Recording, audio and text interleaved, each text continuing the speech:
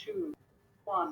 Hello दोस्तों, नमस्कार। स्वागत है आपका। पिछले वीडियो में हमने गोलन हाइट्स तक देख लिया था और हम इससे आगे आज कवर करेंगे। चलिए आइए स्टार्ट करते हैं। रुपए रुपए की परिवर्तनीयता से क्या तात्पर्य है? तो इसका मैं डायरेक्ट आंसर बता देता हूँ मैं आपको। रुपए को अन्य मुद्राओं में और अन्य मुद्राओं को रुपए में परिवर्तित करने की स्वतंत्र रूप से अनुज्ञा प्रदान करना, ये होती है रुपए की परिवर्तनीयता। ये क्वेश्चन दिया गया, मध्यकालीन जो है भारतीय राज्य दिए गए हैं और इधर वर्तमान जो है क्षेत्रों के नाम दिए गए हैं। तो चंपक मध्य भारत में था, तो ये गलत है।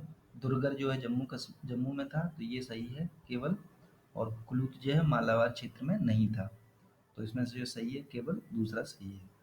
तो आपको ध्यान में रखना है कि जो भी करंट में ऐसे राज्य और क्षेत्र सामने आए उन्हें आप एक बार देख लें जरूर, क्योंकि वो कहीं ना कहीं हिस्ट्री से रिलेटिव होंगे और उनसे बन जाएगा क्वेश्चन। निम्नलिखित नदियाँ दी गई हैं, वंशधारा, इंद्रावती, प्रणहिता, पेन्नार। तो ये इनमें से कौन सी गोदावरी की सहायक नदियाँ हैं? तो जो गोदावरी की सहायक नदियाँ हैं वो हैं आपकी इंद्रावती और प्रणहिता, और ये पेन्नार और वंशधारा नहीं है। तो थोड़ा सा करंट में जो भी नदियाँ होंगी उनके बारे में आप देख लें तुरंत की तुरंत। सारी नदियाँ नहीं पढ़नी, केवल जो करंट में रहती हैं उनको देख लें और उनकी सहायक नदियों को देख लें थोड़ा सा, इससे आपके क्वेश्चन हल हो जाएगा। जब संसद के दोनों सदनों की संयुक्त बैठक में कोई विधेयक प्रस्तुत किया जाता है तो इसे किसके द्वारा पारित किया जाना होता है? तो इसका आंसर है, सिंपल है, उपस्थित तथा मत देने वाले सदस्यों का साधारण बहुमत।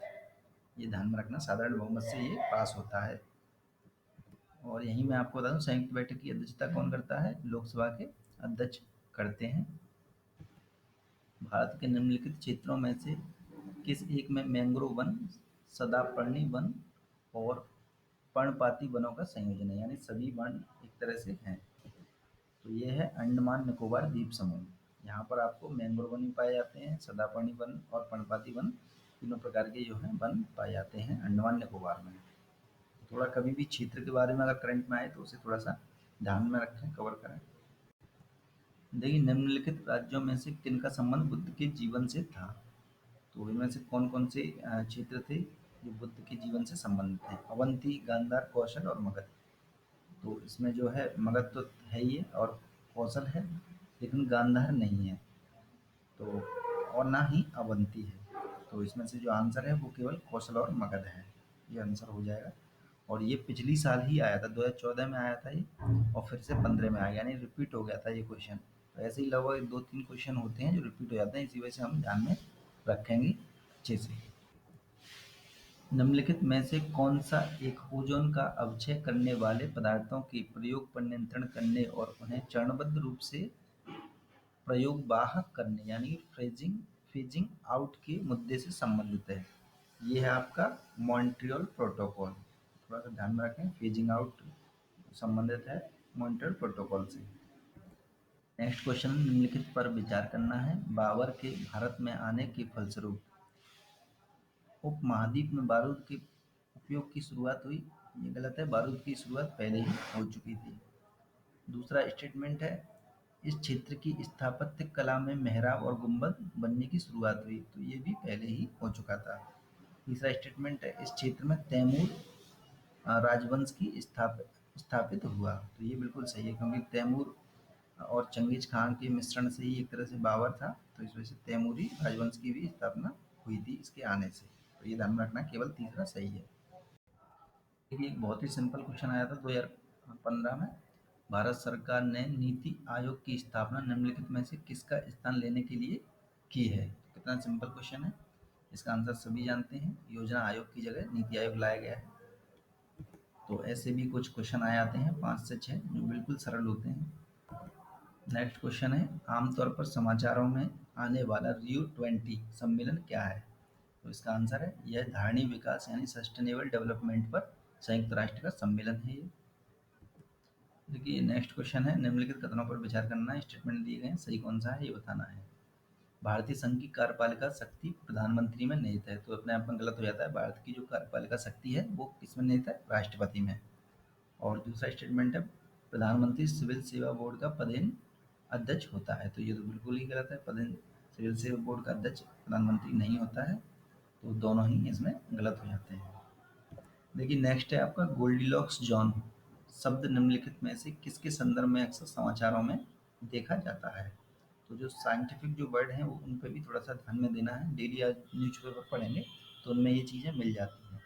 तो ये है बाह्य अंतरिक्ष में पृथ्वी जैसे ग्रहों की खोज। तो उस क्षेत्र को कहते हैं, यानी उस ग्रह को कहते हैं गोल्डीलॉक्स जोन, जहाँ पर पृथ्वी जैसी संभावना है। इनमें से किसने अप्रैल 1930 में नमक कानून तोड़ने के लिए तंजौर तट पर एक अभियान संगठित किया था? बहुत ही इम्पोर्टेंट है ये, कई बार आ चुका है, पीसीएस में भी आ चुका है ये, और आईएएस में बाद में आ गया। और ये कहीं ना कहीं करंट में रहा होगा, इस वजह से दे दिया उन्होंने। सी राजगोपालाचारी इसका आंसर है। इनमें से किसने कृष्णा नदी की सहायक नदी के दक्षिण तट पर एक नए नगर की स्थापना की और उस देवता के प्रतिनिधि के रूप में अपने इस नए राज्य पर शासन करने का दायित्व लिया, जिसके बारे में माना जाता था कि कृष्णा नदी से दक्षिण की समस्त भूमि उस देवता की है? तो ये थे हरिहर प्रथम। हरिहर बुक का आपने नाम सुना होगा, उन्हीं में से हरिहर प्रथम थे ये। नेक्स्ट है आपका निम्नलिखित कथन दिए गए, सही बताना है कौन सा है। भारतीय राष्ट्रीय कांग्रेस की प्रथम महिला अध्यक्ष सरोजिनी नायडू थी। तो देखिए यहाँ कैसे फंसाने के लिए दे दिया है, बहुत ही सिंपल है। भारतीय राष्ट्रीय कांग्रेस की जो प्रथम महिला अध्यक्ष थी वो तो एनी बेसेंट थी, लेकिन ये सरोजिनी नायडू पहली भारतीय महिला थी, तो इस वजह से ये गलत हो जाता है।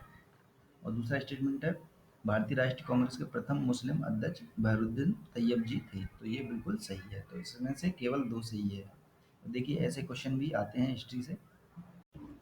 हरित जलवायु निधि यानी ग्रीन क्लाइमेट फंड के बारे में निम्नलिखित कथनों में से कौन सा सही है? पहला स्टेटमेंट है यह विकासशील देशों को जलवायु परिवर्तन का सामना करने हेतु अनुकूलन और न्यूनीकरण पद्धति में सहायता देने की आशय से बनी है। तो ये बिल्कुल सही है।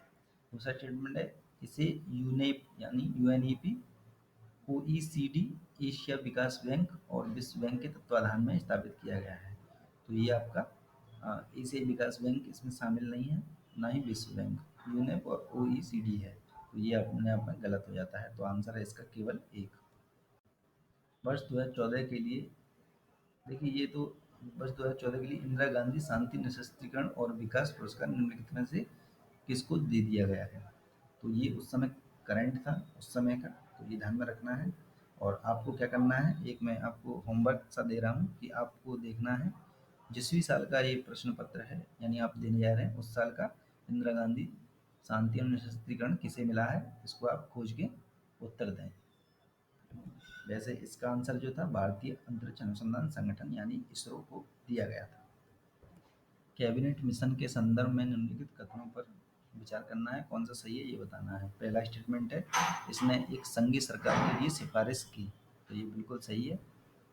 दूसरा स्टेटमेंट है इसने भारतीय न्यायालयों की शक्तियों का विस्तार किया। न्यायालयों से कोई संबंध नहीं था इसका। तीसरा स्टेटमेंट है इसने आईसीएस में और अधिक भारतीयों के लिए उपबंध किए। तो ऐसा भी कोई उपबंध नहीं था। तो आपको थोड़े से ये धीरे धीरे पढ़ लेने हैं कैबिनेट मिशन, मैं तो बता ही दूंगा। और आप हमारा एग्जाम विडजी जो फेसबुक पेज है उसे भी लाइक कर लें, उस पर मैं हिस्ट्री से संबंधित जो भी महत्वपूर्ण टॉपिक हैं उनके बारे में लिखित में डालता रहता हूँ। एग्जाम विडजी सर्च करेंगे तो वो आ जाएगा पेज, और आपको लोगो यही वाला मिल जाएगा जो एग्जाम विडजी यूट्यूब का है। इसे थोड़ा सा ध्यान में रखें, केवल एक आंसर है। निम्नलिखित नेशनल पार्कों में से किस एक की जलवायु उष्णकटिबंधीय से उपोष्ण, शीतोष्ण और आर्कटिक तक परिवर्तित होती है? तो इसका जो आंसर था वो है आपका नामदफा नेशनल पार्क, और ये कहाँ है आपको पता होना चाहिए। ये आपका अरुणाचल प्रदेश में सबसे पूर्वी भाग में है ये, तो ये थोड़ा सा ध्यान में रखें। एमनेस्टी इंटरनेशनल क्या है? तो इसका आंसर सीधा सीधा है विश्वव्यापी मानव अधिकार आंदोलन है ये, संगठन भी है ये। तो ऐसे क्वेश्चन भी आ जाते हैं। अंतर्राष्ट्रीय जितने भी ऑर्गेनाइजेशन है उनको थोड़ा सा आप देख लें ये किसके बारे में है, क्यों है, तो ऐसे क्वेश्चन बन जाते हैं। भारत के कला और पुरातात्विक इतिहास के संदर्भ में निम्नलिखित में से किस एक का सबसे पहले निर्माण किया गया था? इसका आंसर है धौली स्थित शैलकृत हाथी का। तो दोस्तों इस वीडियो में बस इतना ही, आगे नेक्स्ट वीडियो में करेंगे। जिन्होंने सब्सक्राइब नहीं किया सब्सक्राइब कर लें और लाइक करना बिल्कुल ना भूलें। देखते रहें एग्जाम में। धन्यवाद।